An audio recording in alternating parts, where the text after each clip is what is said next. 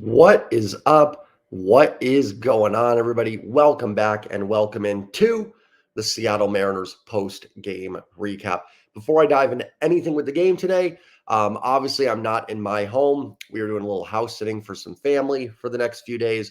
So I apologize for the background. Not that I think you guys care too much about that, but the audio may not quite be as good. I don't have my microphone or anything like that.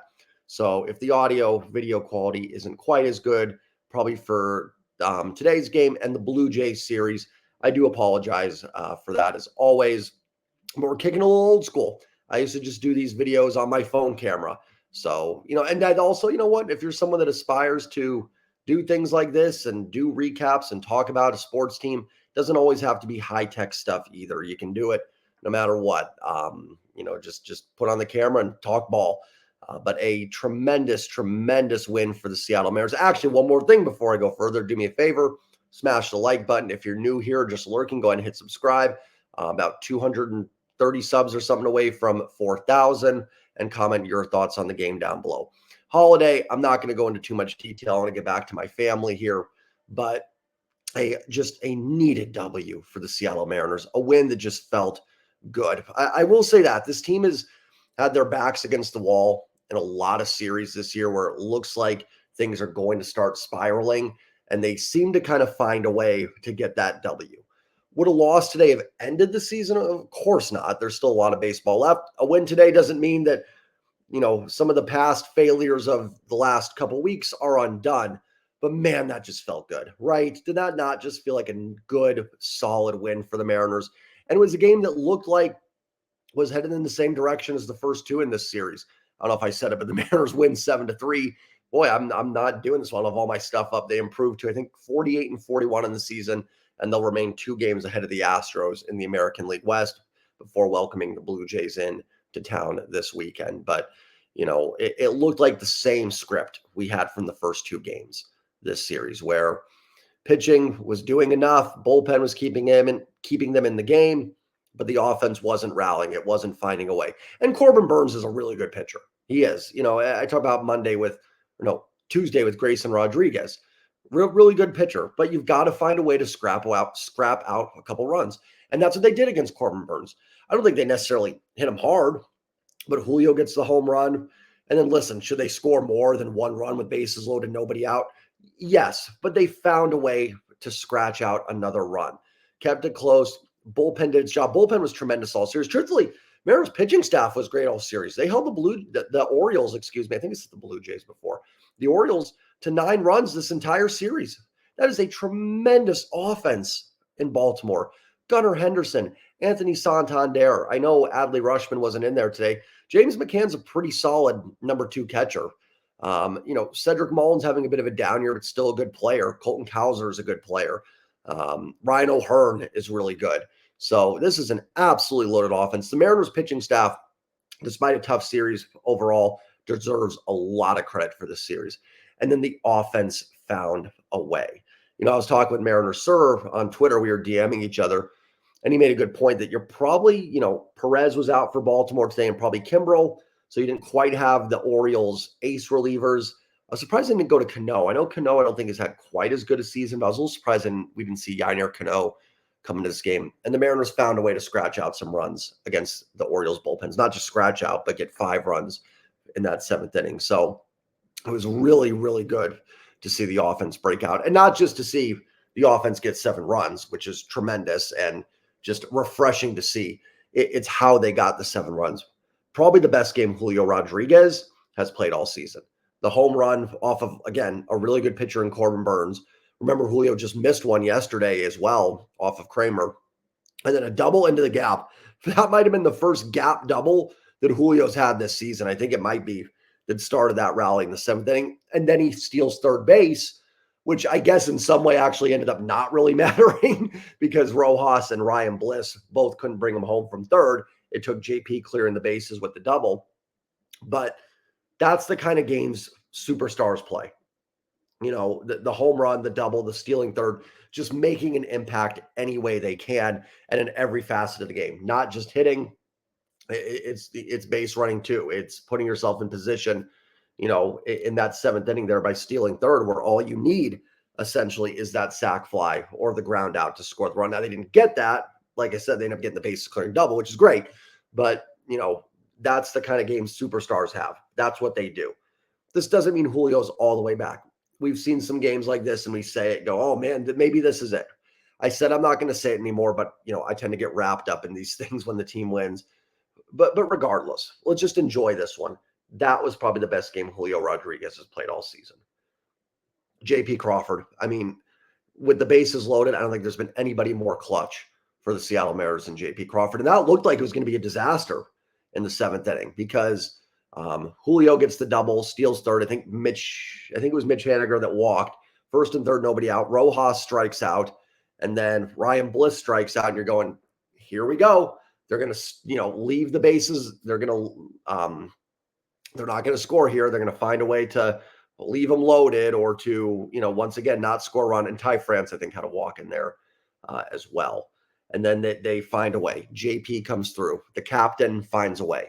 You get it back to the top of the order. You turn it over to the players that you should be able to rely on, and they get the job done. So, I mean, just a tremendous and a great at-bat there by JP.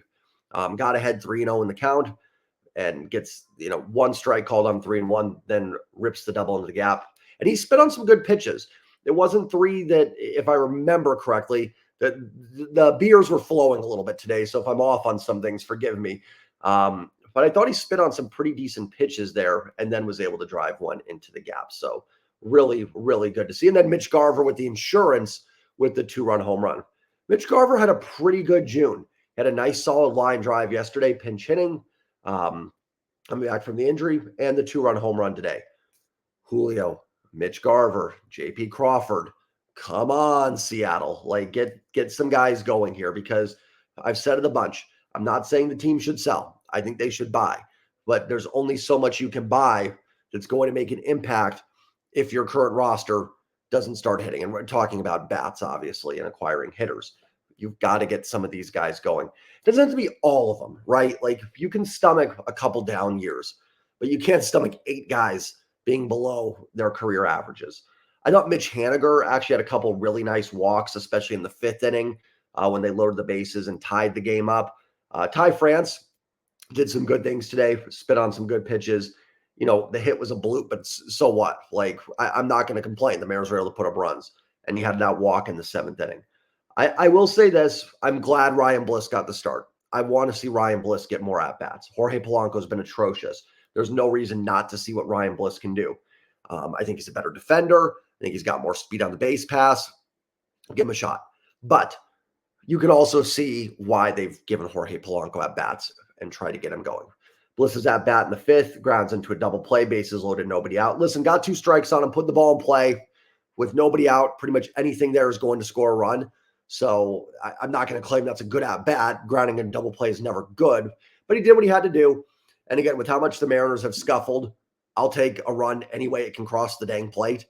But then his at-bat in the 7th inning, strikes out with the bases loaded, tries to bunt for a hit. I know some people don't like that. I don't mind bunting if you're bunting for hits and trying to do that. And Bliss has been a good bunter, so I have a huge problem with that there necessarily.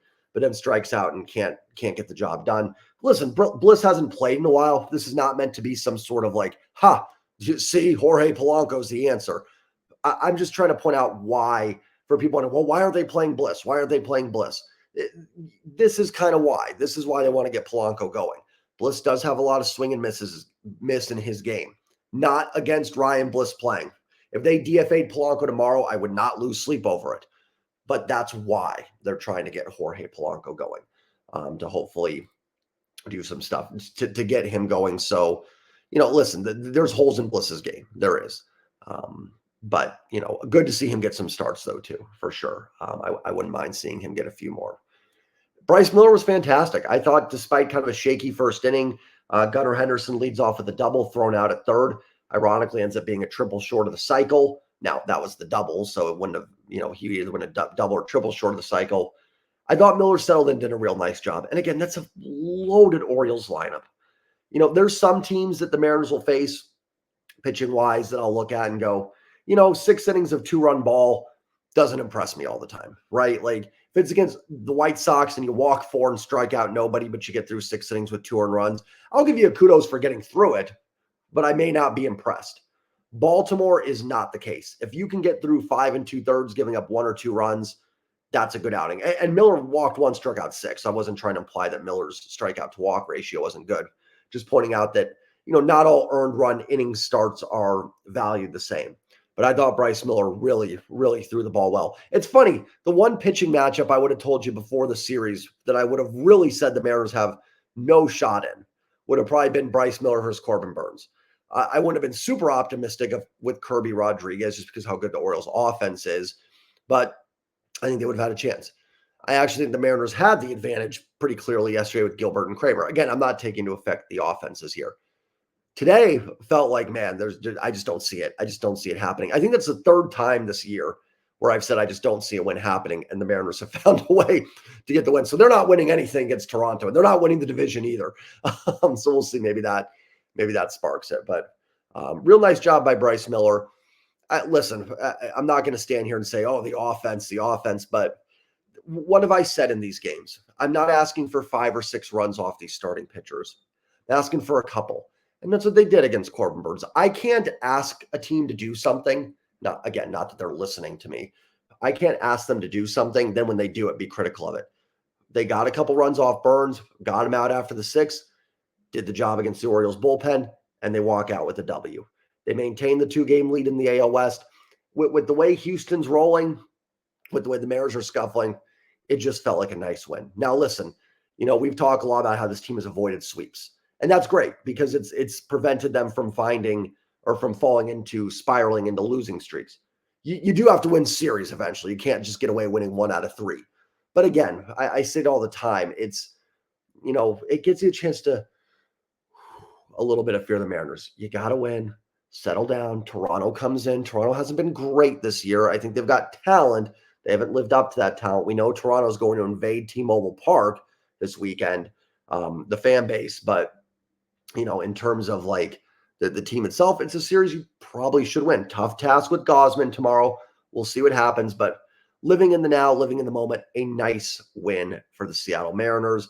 And just, I think from the fan base collectively, you kind of see it on Twitter a little bit, just a sigh of relief to get that win. Happy 4th of July, everybody. If you're still out partying, stay safe, be well, enjoy it. I'll be back tomorrow for the post-game recap. Like, comment, subscribe. Mariners win.